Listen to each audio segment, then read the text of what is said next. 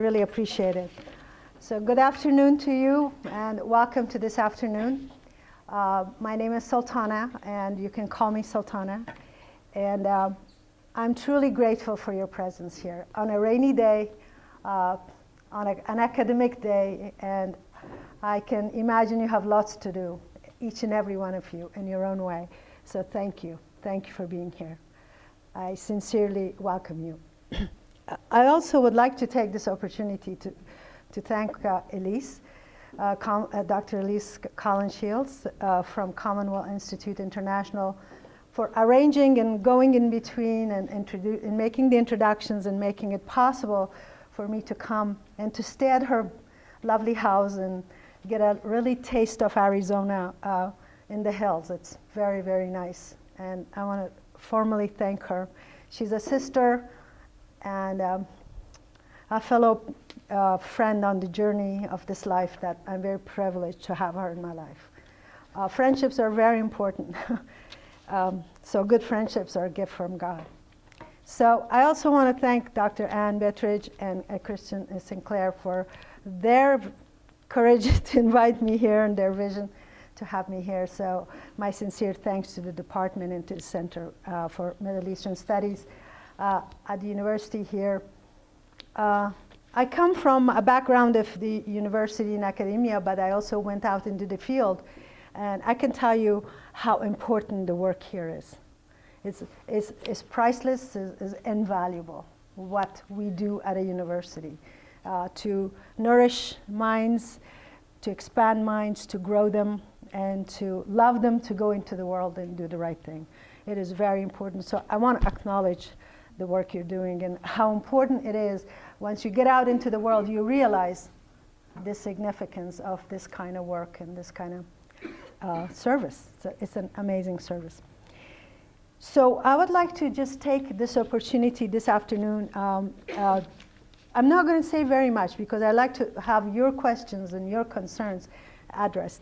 And hopefully we'll have a dialogue going here. But I would like to kind of paint a little picture, sort of a little framework for you, because a lot of you are young, and you may not remember some of the history, but I think that if I can keep on my paper here, because my notebook is taking the place, so here. I would like to kind of give you a very brief history and a container in which we can look at some of the issues, particularly as we discuss about Afghanistan. As you see, the region is incredibly rich in diversity. We have Iran to the west, we have Turkmenistan, we have Uzbekistan, Tajikistan, and the very corner, in the very, very north corner there, that little piece there that looks like two fingers, that's China. And then to the east, a very long border with Pakistan and the western frontier of Pakistan. We have neighbors that immediately affect the country, which is on our borders, all of them, in their own way, and we can get into that. But at the same time, we have neighbors that are not on our borders, but are very impactful. Who are they? They are India, they are Saudi Arabia, and they're Turkey. And then we have one that's very far away, it's called the US.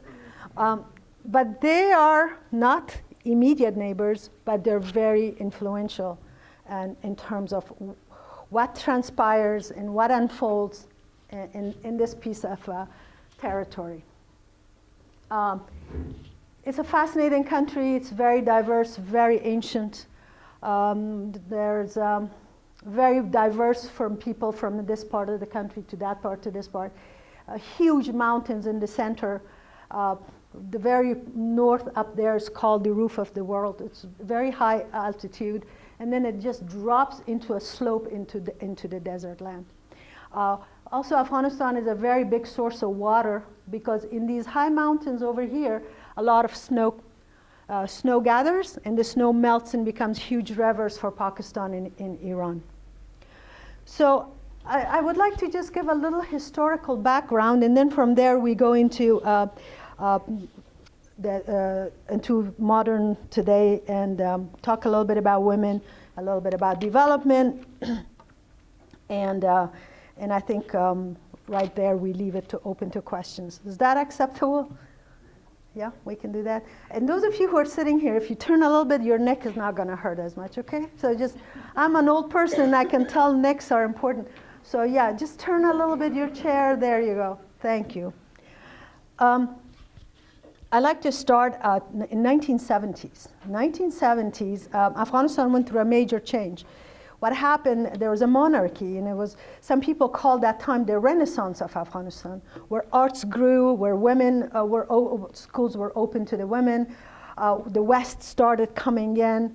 The foundation was set for actual modernization. It was a Renaissance area, and there was a monarchy, and people were happy, and this is the time I grew up, and my friends and over there, these ladies, I remember this time because we shared this very peaceful, prosperous, progressive time.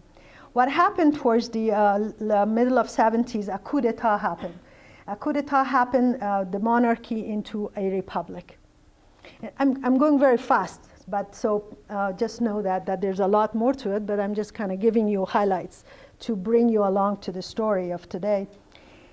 So the shift of the government happened, and slowly that republic turned into another coup d'etat, which brought in the Russian-supported communist regime. That led to the bringing the Russians over, which we called it in the history of Afghanistan, the invasion of the country by Russians. That lasted almost 10 years, but during these 10 years, there was a strong anti-Russian sentiment, because the base of that was a religious sentiment that these are our infidels, they are the people who are against Islam, because communism at the time was it came very strong, it came very not matching the realities of Afghanistan. And so what happened, people really reacted to no God, oh my God, you know, that's funny, right? But anyway, so what happened is that people took arms against the Russians, and they called it a jihad. And a jihad is a fight for Islam, for a religion. So this turned into a jihad, and during this jihad, there was a covert operation and help from the U.S. The U.S. provided the Stinger missiles, anti-aircraft missiles, because that was the only way the Afghans won the war against the Soviets. The Soviets were very strong, and there was this little tiny country the size of Texas, fighting with the Russians, which of course they couldn't. But with the help of the US, with the Stinger missiles particularly, and supporting the war, if you want to hear a story of it, go and see Charlie Wilson's War. It's a great movie, it's actually entertaining. But if you haven't seen it, get it from Netflix or something. It's a good film to see. What you see that how they orchestrate this war. Then after this, during the war, and it's a long, fascinating history of what happens when these people go into Pakistan. They run from the Soviet Union, they go to Pakistan, and the help that the US brought to the Afghan Mujahideen, or freedom fighters for the jihad, came from this area. Because Americans brought the money, brought the artillery into the eastern Afghanistan, into Pakistan, and from there it went back to the country for fighting. But during this time, with the orchestration of the Pakistani ISI, the intelligence service, they created several warlords, so to speak, several fractions. It's a very fascinating story on its own for those who are interested in research, to go into that kind of research if you're interested of how these things happen. But eventually these people came back to the country and they got into a civil war, because these figureheads that were produced here in this region, they went back into the country and fought each other for power. And that lasted 10 years. It was a civil war. So you can see by now there are 20 years of war. 10 years with Russians, 10 years with each other. So after this, the civil war was so devastating. Well, most of the infrastructure was destroyed during the Russian war. The bridges, the buildings, the telephone lines.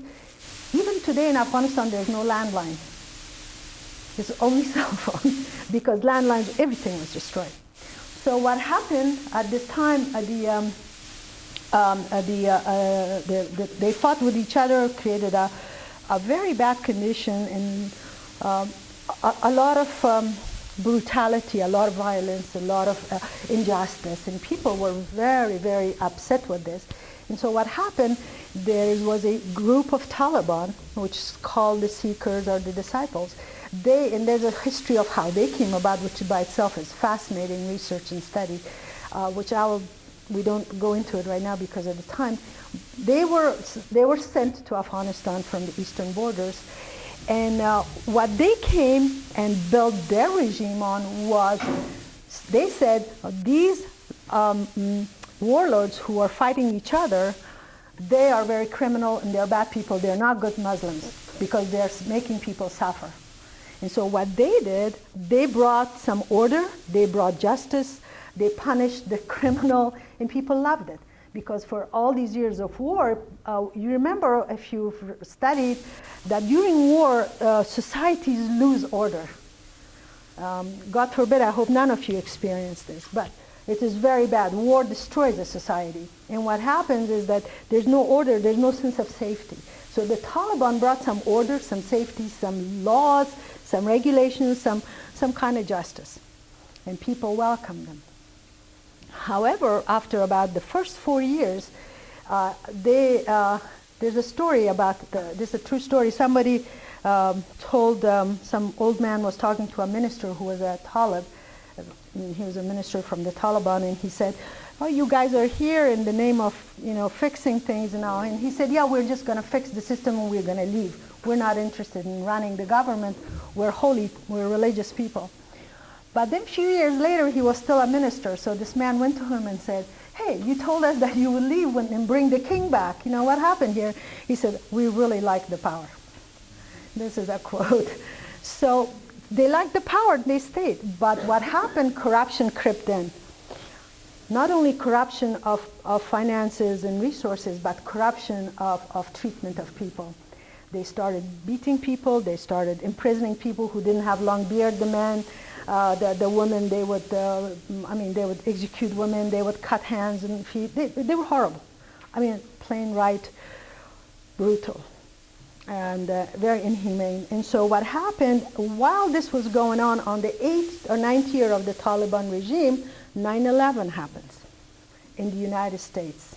So you follow the thread right now. From 70s to 80s to 90s, we come to 2001. 9/11 happens. A big event, I think not in the United States, but for the world. The terrorist attack was, I think we're still suffering from that shock in the United States. But that led to the search for bin Laden, or the person who was behind this terrorist attack. And the U.S. Military all of a sudden shifted from Iraq and went and attacked and bombed the mountains of Afghanistan in hope of killing bin Laden. However, one thing you must remember as a historical fact, that the Afghan government never invited the U.S. to come and fight, because that is sometimes not clear.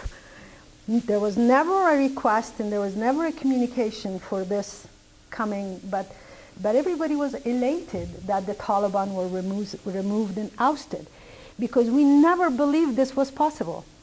I personally felt very depressed sometimes, because I said, I can never go back there. The Taliban are there literally forever.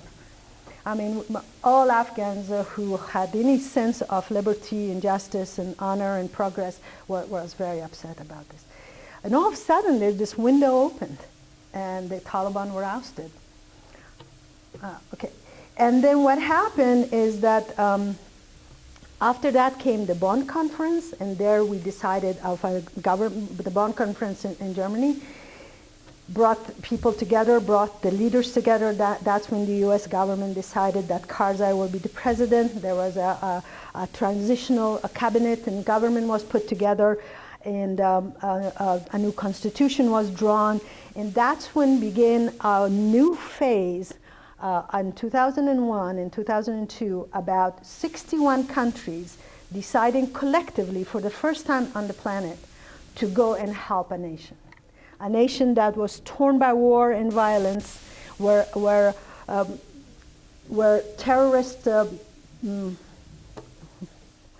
jihads or whatever you call them, were growing. There were terrorist places, and they're training for terrorism.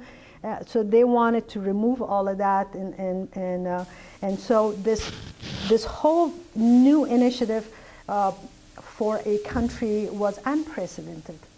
It was also the first time an opportunity of unparalleled an experiment in human development and political cooperation, in international collaboration. It was an amazing opportunity, and a lot of people just got on the wagon and on the band and said, we want to go and we want to be a part of this experiment, where 61 countries for the first time come and want to build a nation that is completely destroyed after 30 years of war. So what happened is that this opportunity was a platform for looking at nation building, looking at development, looking at democracy in a new way. And that was what was inherent here. And you had a question. There was some communication about going to attack there. However, the attack was very welcomed in general by people. All over Afghanistan, they were elated when this first happened. Anyways, so here the 61 countries come with billions of dollars. So this coming into this experiment had many, many prongs. It had a military prong, it had a development in economic, it had political, it had trade, it had education, it had women's rights, civil society. It had many, many prongs. Many different countries brought in their own expertise. So 61 countries is a lot of countries. But one of the interesting and from the military aspect is that the military was, for the first time, NATO is faced in a war that they're not trained. NATO always trained for, okay, there's the enemy line, and here's we are, and we fire at each other till we one of us win, right? But when they came to Afghanistan, it was not a war like that. It was men hidden in villages and in families, and attacking them with vests they wore under their clothes, and they have a wire here, and they come in a group, and they press that, and they kill everybody. And they put IEDs under roads, and they kill everybody. And IEDs, improvised explosive devices, which they take these cans, plastic cans of laundry detergent or oil or whatever, and they fill it with nitrates and stuff, and they put wires and little batteries, and they're very deadly. The highest number of killing of international forces, and right now of the Afghan forces, is IEDs. They're wiping people out. It's very dangerous, and you never know it. And you're just walking somewhere, it blows up, or you're on a donkey, or you're in a car, or you're on a bicycle or motorcycle, just go by and you get killed. It's very, very, very dangerous, and there's no way to stop that. It's very hard. The U.S. and NATO alliances for the past few years, they have spent millions and millions of dollars trying to find a way to be protected from IEDs, and they have not been successful. So what I'm saying is that a lot of lessons were learned, not only in the economic and politics and social arena and the trade arena, and human rights, another big area, but was really important, I think, for a civil military cooperation, and because this is a new war. It's the war where you don't see your enemy. It's a war that you're in a group of people in a village, you don't know who's foe and who is friend. And that's why it is a very difficult situation. Anyways, so what happened is that from these many lessons were learned, and especially in the area of democratic principles, democratic participation. How do you bring in a country that is so destroyed by war? I have to take a moment here to tell you that I can't tell you enough how bad wars are. It is unbelievable. If someone told you, just take that and multiply it by 1,000 times. It destroys the very fiber of a society. It destroys people. It destroys humanity. In Afghanistan, one of the biggest victims of war is honesty. It killed honesty. Afghans were very good people. Now you have to look with binoculars to find a grain of honesty. It breaks your heart of what wars can do to a people.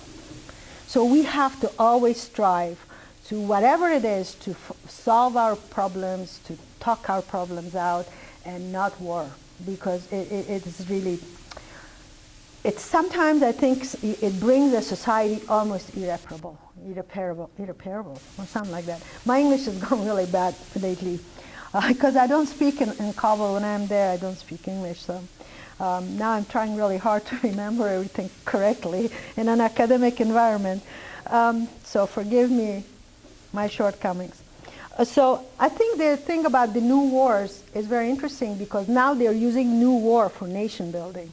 It's a complete flip from what we knew about war. This whole drone, the war of drones, the war for nation building. All of this is a complete new concept. So, but I think that this 10 years of experimentation of all these resources and people and military in this one small country also created some fantastic situations, but also a lot of lessons that we learned. And I think if we learn some lessons from Afghanistan, it will be very helpful for us and the rest of the world. Because as you see, there's going to be violent spots everywhere all the time. Right now we have problem in Syria, there's some problem in Mali coming up,